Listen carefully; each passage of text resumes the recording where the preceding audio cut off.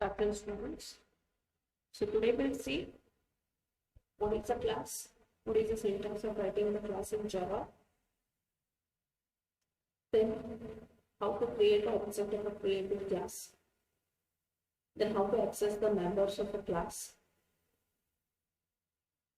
how to include a constructor, what are the different types of constructors, and what is the usage of a this keyword. Class. Class is a user-defined data type which contains instance variables and methods. A class is declared by use of the class keyword. A simplified general form of a class definition is shown here. So if you want to go for creation of a class, you have to make use of a class keyword followed by class name. Any valid identifier name you can keep it as the name of the class. Then it includes the instance variable, which are also called as fields in a Java. So it is going to have a syntax. First, you need to include the data type, followed by the name of the variable. Like any number of fields you can include inside a class. Next is the inclusion of the methods. So the syntax is, it is going to have the return type, followed by name of the method and the parameter list, opening and a closing brace. Within this opening and closing brace, whatever you write is called as a body of the class. So any number of methods you can include inside a class. At the end, it's closing brace of the class. Here is one simple example. Suppose we have defined a class called as a box, which consists of 3 fields: width, height, and the depth. And the data type we have included it as a double. Like that, you can go for including the methods also. So then, once you create a class, then you need to create an object of that class. And for this, we make use of new operator to create the object. So it is going to have a syntax. First, the name of the class, followed by name of the object. Suppose here is a box is the name of the class, followed by my box is the name of the object, is equal to new is operator to create a object, followed by again the name of the class with opening and a closing brace. It means we are going to call the default constructor over here. So what exactly it does, how exactly it is to be called, we'll see later. The new operator dynamically allocates memory for an object. So once you use a new operator, whatever you have written in the class, for that a memory will be allocated. Next, suppose you want to include a method inside a class, then it is going to have a syntax, return type, method name, parameter list, opening and a closing brace. The type specifies the data to be written by the method. Suppose one method we have added to the previous class called as a box. Say it's a volume. So now if you see a syntax of it, it is void, is a return type, name of the method is a volume, opening and a closing brace. So it means that the method do not take any parameter. Inside this opening and a closing brace, we have displayed a message system.out.print volume is. So we have calculated the volume of a box, and the formula for calculating the volume of a box is width into height into depth. So we have calculated that part, and it is going to show you the answer for this. Next, if you want to go for accessing the class members, then class members can be accessed by using the dot operator. For example, object name dot variable name, or else object name dot method name with the parameter list. So in this way, we can go for accessing the class members. So here is an example. So suppose we have defined a class, previous class box, which consists of 3 fields. This is width, height, and depth of type double, and included one method called as a volume, whose return type is a void. And we are going to define one more class now, which is a box demo 3, which includes a main method. We have created object of a box, that is my box 1, and we have assigned the values, that is my box 1 dot width is equal to 10, my box 1 dot height is equal to 20, my box depth is equal to 15, and then we have called the volume method, which is going to calculate the volume of a box by multiplying these three values. Now if you see the output, you'll be able to say is volume is 3000, 10 into 20 into 15. So we'll be getting the output as 3000. Next. So in the previous example, we have seen a method which have not returned any value. Now suppose you want to return a value from a method, then you can include that one by default. So here is one example. Suppose we have defined a class called as a rect, which is nothing but a rectangle. Then length and the breadth are the fields of that class. Set is a method we have defined to initialize the values for length and breadth. Then we have defined one method called as area, which is going to return the value. So the return type of the method should be based on the result type of the result it is going to return. So as length and the breadth we have taken it as a double, so based on that, so the area of the rectangle will also be in type double, so the return type we have specified it as a double. The name of the method is area, return length into breadth. So multiply the value of length with the breadth, whatever the result is there, you return it. Then class B3, in which we have included a main. We have created the object of a rect class. The name of the object is a B1. So as I already told, if you want to have access to the members of a class, you have to make use of a dot operator. So the name of the object is a B1, B1 dot set 4.0, 5.0. So the 4 value is assigned to length, 5 value is assigned to breadth. Then you have called the B1 dot area, which is going to calculate the area of a rectangle, and the value of the length and the breadth you have passed it as a 4 and a 5. So 4 into 5, 20. So this value is going to be written you as a 20. So next one is a constructor.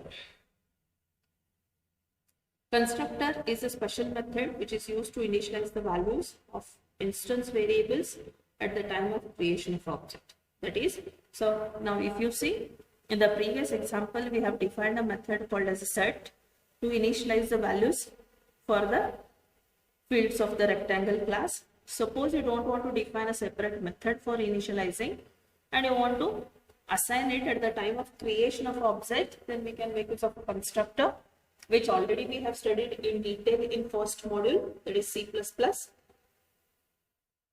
So some of the features of a constructors are: constructor will have same name as that of a class. It does not specify a return type, not even void, and it should be declared a public section. Remember. So now there are two types of constructors used in Java. One we call it as a default constructor, another is a parameters constructor.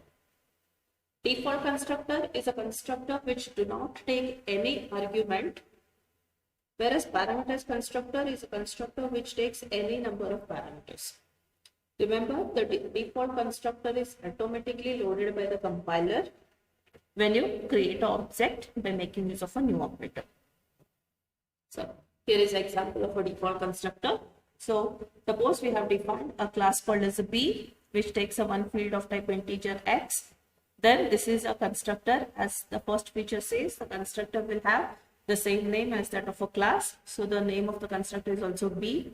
Default constructor means which do not take any parameters. So we have not passed any parameter, and the constructor do not have the return type also. So we have not specified. System.out.println constructing box x is equal to 10. Then we have included a method called as a show, which will display the value of x. Now in the main, we have created the object of a B. So now suppose B1 equal to new B with this opening and closing brace. Now this is nothing but it is going to call the default constructor, and you will be able to see the output as constructing box x is equal to 10. Next, the example of a parameters constructor. As the definition says, parameters constructor is a constructor which takes any number of parameters. So in this, we have included the two parameters constructor, means we are passing two parameters of type integer to the constructor, one to initialize the value to the x and another to initialize the value for y. Then show function or a method which displays you the value of x and y. Then in the main, while creation of object, say b1 equal to new b4 comma 5, the value 4 will be assigned to x and the 5 will be assigned to y. And when you call b1 dot show, it is going to show you x is equal to 4 and y equal to 5. So this is how you can include the constructor in the class. Next one is a this keyword. Now this is always a reference to the object on which the method was invoked. So now suppose you have created one object of a class B, say B1 is the name of the object, and you are going to call the methods of the class B through B1 dot. Now you want to know that with respect to which object we have called that method, then you can make use of this keyword. So as it's a reference to the object on which the method was invoked.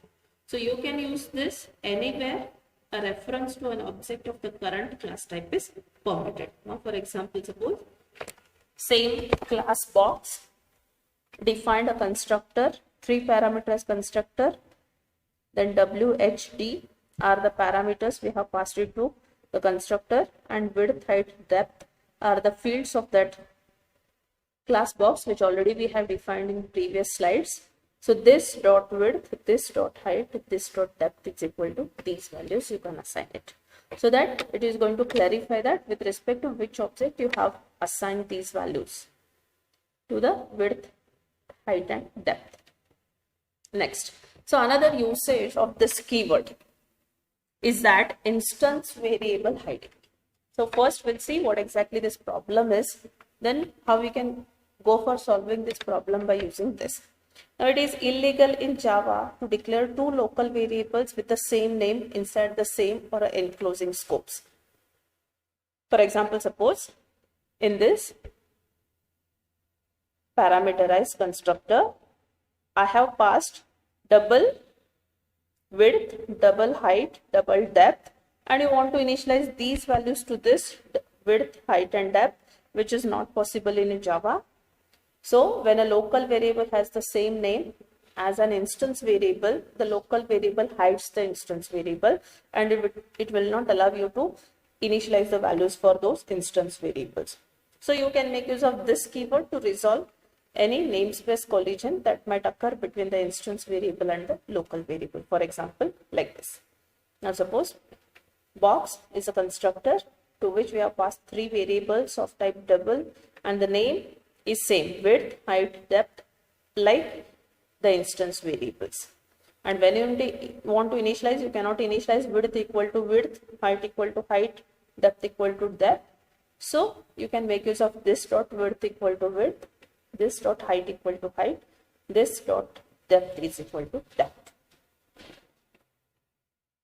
So now here is our example which will implement the stack of 10 integer values. So we have defined a class called as a stack, which is going to create an array, that is int stck equal to new int 10, nothing but it is going to create an array of size 10. Then top is a one variable, we have used it to top, so to point to the top of the stack. Then is a constructor, initial value for the top is initialized to -1. This already you have studied in data structure. If the value of a top equal to 9 is nothing but the size of the array, we have taken it as a 10, which will start with the index from 0, so 0 to 9. When the value of a top is equal to 9, then we'll say stack is a full, or else you can say top equal to max size -1. Then if the value of top is not equal to 9, then you can go on inserting the items into the stack. So you can say stck plus top equal to item, then the post item is, you can go for displaying that value. Next is a pop operation, which we can implement on a stack. If the value of a top is equal to, so less than 0 means is equal to -1, then we can say it's a stack underflow, or else you can go for popping a one element from the stack. So here we have main function, created the object of a stack K1, then 3 items we have pushed 10, 20, 30, and 2 items we have popped K1 dot pop. So it is going to pop 30 first, then 20. So it is going to show you here pushed item is 10, pushed item is 20, pushed item is 30, popped item is 30, popped item is 20. So 3 items you have inserted, 2 you have popped. So only one element left in the stack, that is 10. So this is what the class representation or fundamentals of class.